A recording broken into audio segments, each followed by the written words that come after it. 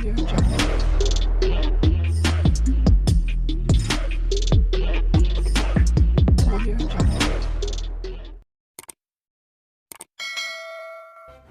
kasih karena memilih channel ini. Sebelum kita mulakan video ini, sila pertimbangkan untuk menekan butang like, share, dan subscribe, dan aktifkan butang lonceng Anda agar Anda sentiasa mendapat info-info percuma pada setiap hari dari channel kami. Dan tinggalkan komen Anda karena komen Anda amatlah dihargai.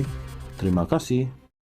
Saya tidak mahu ulang untuk mengulas kes yang dibawa Nick Elin di mahkamah, sebab semua yang mahu memahami isu ini boleh mendengar dan membacanya dalam pelbagai hujah di media sosial. Cuma, saya menjadi geram apabila pemimpin-pemimpin pembangkang tanpa segan silu dan tanpa rasa berdosa spin fakta kes ini. Saya ingat dengan fakta keputusan di mahkamah dapat menutup putar alam pemimpin pembangkang, rupanya tidak, malah menjadi-jadi. Pastinya karena mereka lihat tiada tindakan dibuat ke atas mereka. Fitnahlah pagi, petang, siang, malam, bukan boleh kena saman, bukan boleh kena masuk penjara. Itu saya lihat kelemahan dari pihak berwajib. Dari orang bawah hinggalah pemimpin utamanya, Muhyiddin Yassin mengeluarkan kenyataan bukan sahaja mengelirukan, tetapi dengan niat memfitnah keputusan mahkamah. Persoalannya, adakah mahkamah mahu mengambil tindakan atau bila pihak berkuasa mahu menggunakan akta hasutan? Bila pemimpin-pemimpin mereka spin cerita, akhirnya pengikut jadi keliru. Ramai juga pengikut membuat konten yang jelas, mereka tidak faham tapi nak tunjuk terpaling hakim bila mengaitkan isu ini dengan hukum hudud. Mereka tidak faham walaupun ia mahkamah syariah, tetapi hukuman itu ialah hukuman takzir yang dicipta manusia bukan Tuhan. Malah dilihat dari segi hukum, hukum sivil lebih berat dari hukum syariah. Malangnya, orang kita bila dengar mahkamah syariah, mereka ingat ia hukum Tuhan. Bertebaran di media sosial, undang-undang sivil gunakan undang-undang bertulis dan syariah gunakan undang-undang Allah. Ini akibat agenda membodohkan rakyat.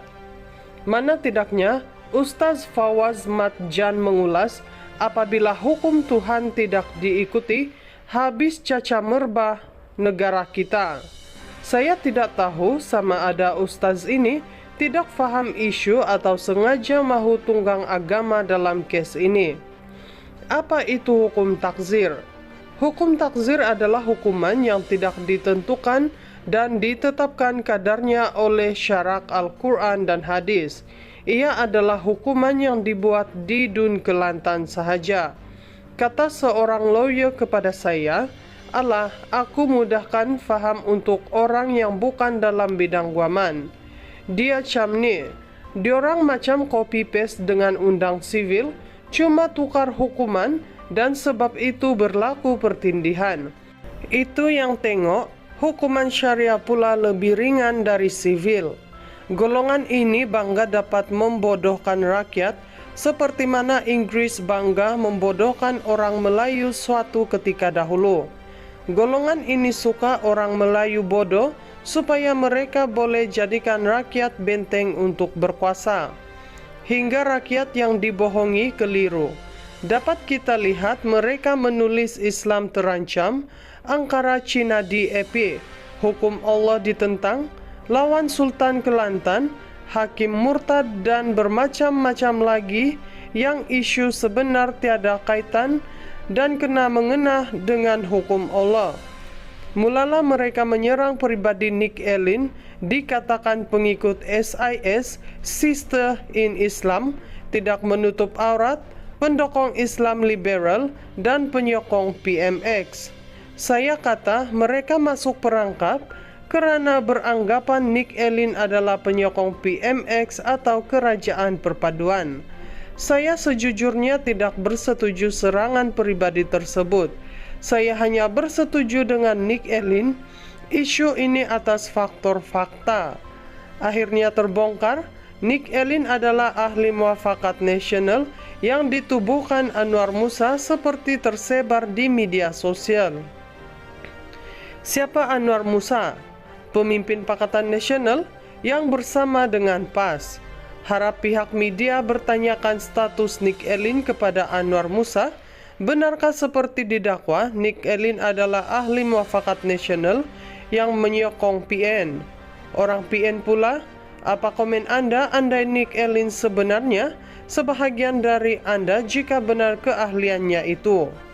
Saya juga ingin mencabar Taqiyuddin untuk berdebat dengan Azalina isu ini.